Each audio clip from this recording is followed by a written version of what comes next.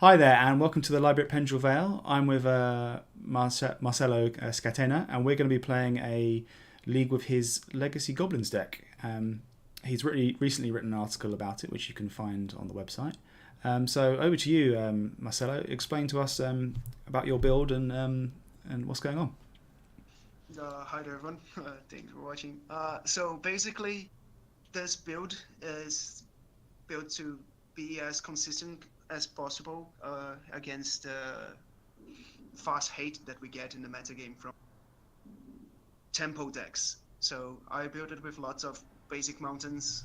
Okay, have some fast mana on Chrome Mox and Ancient Tomb, and those things are powering out some cards that either cheat mana with Lackey and Agile Instigator, or try to lock the game against several, which in this case is the Blood Moons that are The Blood Moons are playing great the for deck. locking out, aren't they? Yes, and they stay against so many decks in the meta game.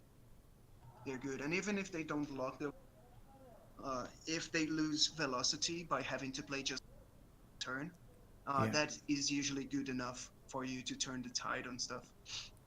Okay, that's cool.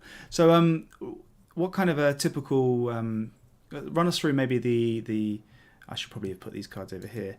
The cards you can go and search for The with the one-offs. matrons. Yeah, the one-offs. That's always the exciting part. Okay, so yeah, basically you have the ringleaders and the matron. They are the engine of the deck that helps you get all the other goblins to your hand, and then you put them into the battlefield and kill your opponent. Sweet. Uh, so in the big end of stuff, we have 2/5 drops in this list, which are Siege Game Commander, because I prefer him over Krenko over here in this list, Yeah. because it creates immediate board impact. Yep. I only have 3 Haste Goblins in the list, in 3 Goblin Chieftains. Yeah. So I do think that is more necessary. And it is also only out to something like Moat or something like that in this list. So it's quite important to have that sack ability. And the second one is the Kiki Jiki, because he's just amazing with Instigator. It gets to turn 3 kills with just Instigator and Matron. It gets to pump your whole team. It gets to draw cards with Matron. Yeah, I can see Kiki Jiki being absolutely amazing. God, In copying Siege Game Commander. what about the Goblin King? I'm guessing is going to help us when we got Blood Moon down. Everything's mountain. Everything we Well, have gets through. there is that. I did start. Sorry, you didn't catch that. You cut out. I did start playing the Goblin King before putting the Blood Moons in the deck, but that is because Grixis Delver and Four Color Control, Check Pile, are the 2 most played decks in Legacy, Okay. and they both play mountains. Okay. So that seems fine. The Sting Scourger, the one of, is there for I'm assuming like your reanimators, your show and tells, and getting Show and Tell, Gurmag Angler lands. out the way. Oh yeah, Marit Lage. Yes, and it's just a decent tempo creature when you're. It's really nice to vial in a Sting Scourger, swing with your team, just taking out a blocker, taking a Batterskull token, Yeah, that sounds things like good. that. And Goblin Chain Whirler, Oh, she's so good. So she's the new kid. new kid. Yeah, Uh, so it is. There are so many instances where she's so good. So 3/3 first strike is really good body for goblins are quite small. The dealing 1 damage to creatures kills Unflipped Delvers and Green Lavamancers and Pyroman from Grixis Delver. It kills Baleful Strix and Snapcasters. It kills Monk tokens. ah, yeah, that's a good thing. Yeah, so it kills everything. The tier 1 stuff. It really does kill things. Yes, and from the other tier, No, you Mother of Runes, Paraxon Revoker, so many cards. yeah. Oh, that's great.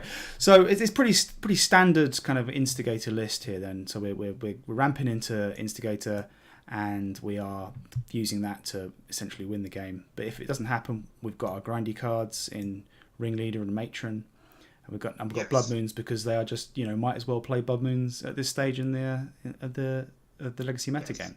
The sideboard. Tell us a bit more about the sideboard. It looks like we've got some 8 cards here for the combo, and then some other ones. Yes, pretty much that. I always bring Settler in against combo. You bring Settler in? Okay, cool. Oh yes, of course. It's your only 2 turbo goblin that does something. Yes, that's true. Yeah. But yes. So the picks for combo hate are Leyline of the Void right now, because Black-Red Reanimator is too fast, and it plays with Chancellor of the Annex as well. Okay.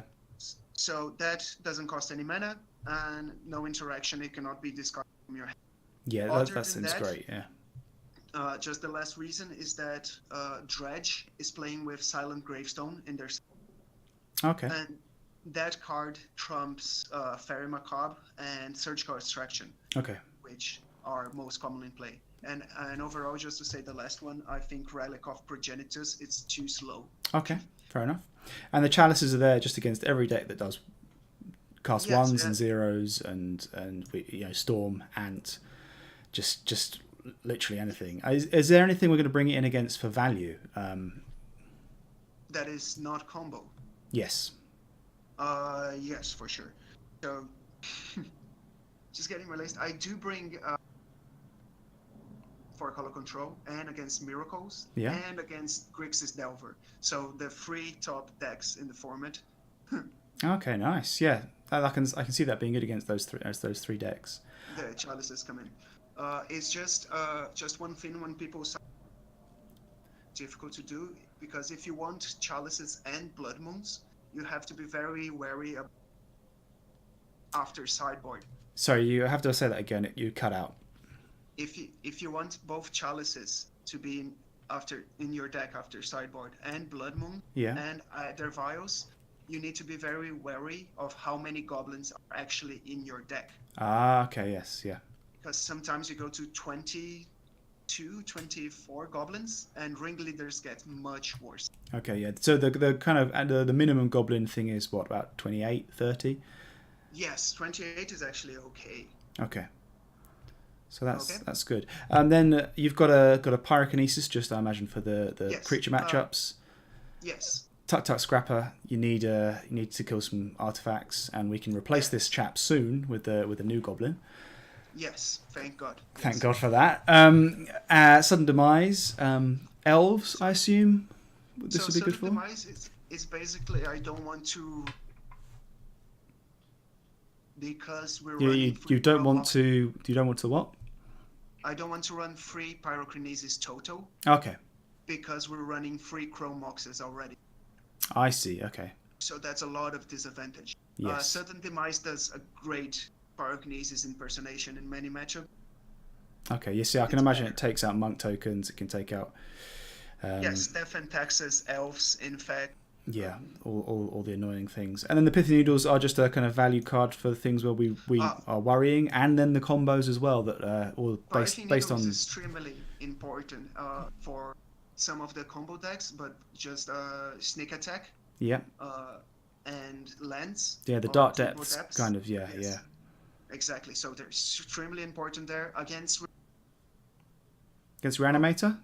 Reanimator, because it can name Grizzlebrand. Okay. And we can deal with a 7/7 like. Yes, yeah. But we cannot deal with it draw 7 card. Right. Okay. All right. Well, that's the deck pretty much wrapped up there. I hope everyone joins us for the coming games, and I hope you enjoy them. And we'll see you in round 1. Thanks a lot. Thanks a lot, guys. Thank you.